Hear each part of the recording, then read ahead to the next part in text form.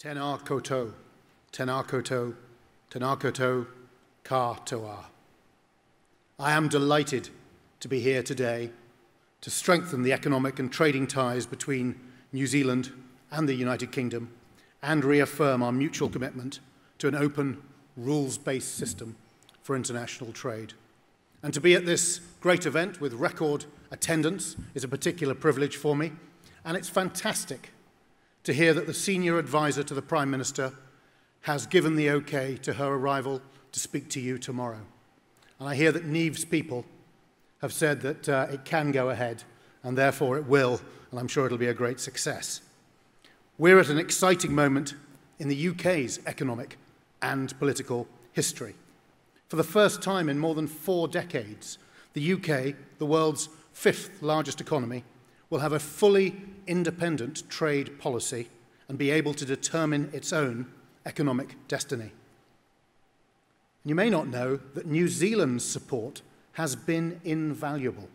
The setting up of the Department for International Trade over the last 2 years, for which I am a minister, has been made so much easier thanks to the advice and support of your own Ministry of Foreign Affairs and Trade.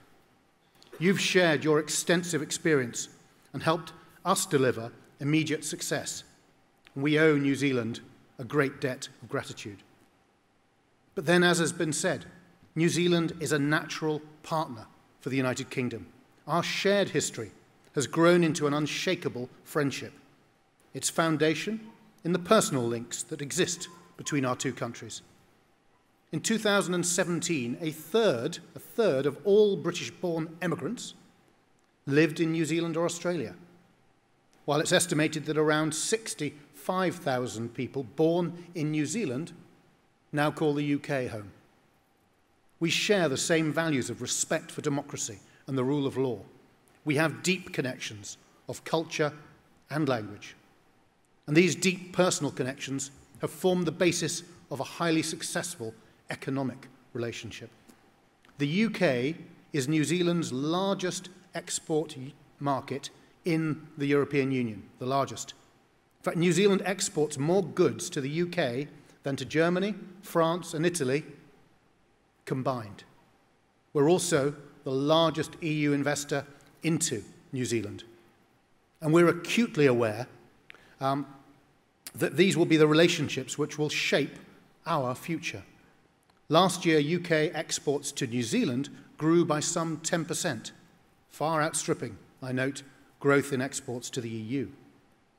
And building on this success, our two governments have already established a trade working group that will work to remove non-tariff barriers and liberalise trade. And last month, our Secretary of State for International Trade, Dr. Liam Fox, announced that we would be consulting on a UK-New Zealand free trade agreement, one of only a handful of countries across the world for whom we're doing this.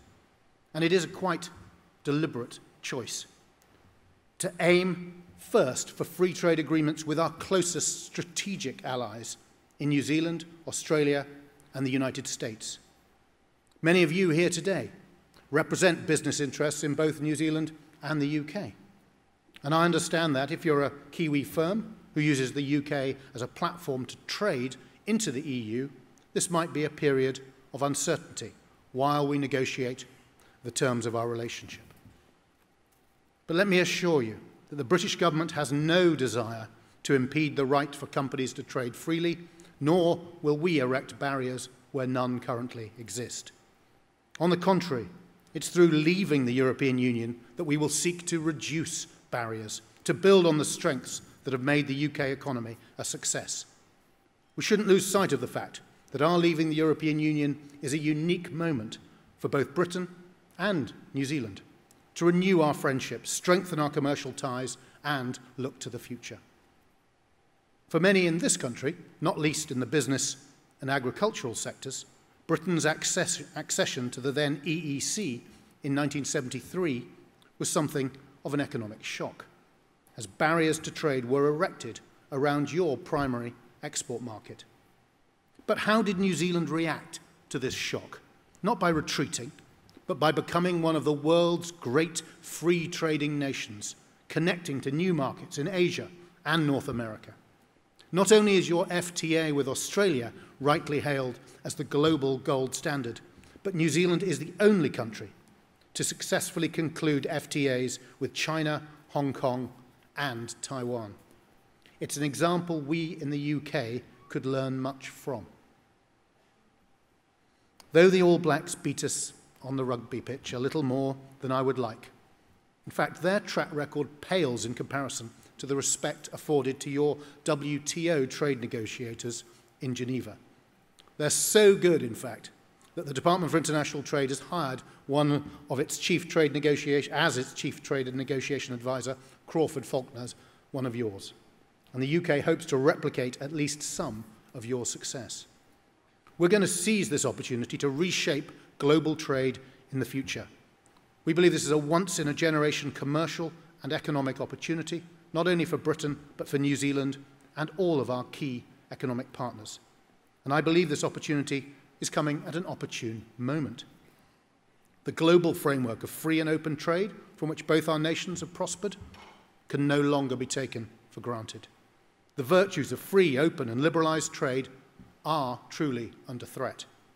So more than ever, it falls to countries like Britain and New Zealand to lead the global trading community.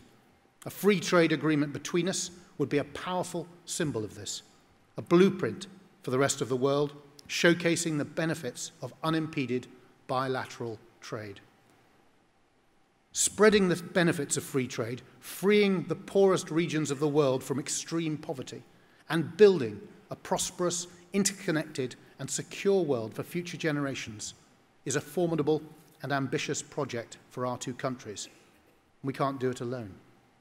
I can assure you that New Zealand will have no firmer ally than Great Britain. Let's show the world how it can be done. Happily, we already see major cooperation in the sectors that bring us to this conference today. UK infrastructure firms are contributing their experience and expertise to major development projects across New Zealand, from Auckland's City Rail Link to redevelopment of the city's airport and ambitious urban regeneration projects that we heard such a powerful speech from the Minister earlier. British companies will, quite literally, help build New Zealand's future. Last year, Infrastructure New Zealand led a delegation of 33 senior New Zealand public and private representatives to the UK to examine our infrastructure innovations. And just last month, your Minister for Local Government, Maori Development and the Environment, the Honourable Nanaya Mahuta, visited the UK to discuss the UK's water industry. The UK has so much to offer New Zealand in the infrastructure sector, and vice versa. Whether in our experience with project development, business case appraisal, design, or financing, we both have a formidable track record. Underway right now, the UK has the Thames Tideway project. It's a new 25-kilometre sewer running under the tidal section of the River Thames right through central London to help tackle problems with overflows and the legacy of our Victorian sewerage system. We have Crossrail. It's a 118-kilometre railway line being built in London and the home counties, allowing high-frequency, high-capacity trains to relieve congestion on some of the world's busiest public transport services. Or take High Speed 2, a high-speed railway that will link 8 of Britain's 10 largest cities, connecting around 30 million people. Or there's the Nine Elms project, in fact, where I stay when I'm in London, a new residential district with 20,000 new homes on post-industrial land in the heart of our capital, being built alongside, just as the Minister suggested, a £1.2 billion underground rail expansion. As you look at New Zealand's most important infrastructure and developments, whether it is the City Rail Link, Auckland's light rail and airport expansion projects, or indeed the central and northern interceptors, I would urge the companies in this room to look at what UK firms are offering and what they can offer in return. Whether to share best practice, facilitate finance, or bring critical expertise, we want you to see the UK as the delivery partner of choice as you deliver these critical infrastructure projects and deliver the vision the Minister set out so powerfully earlier. Thank you.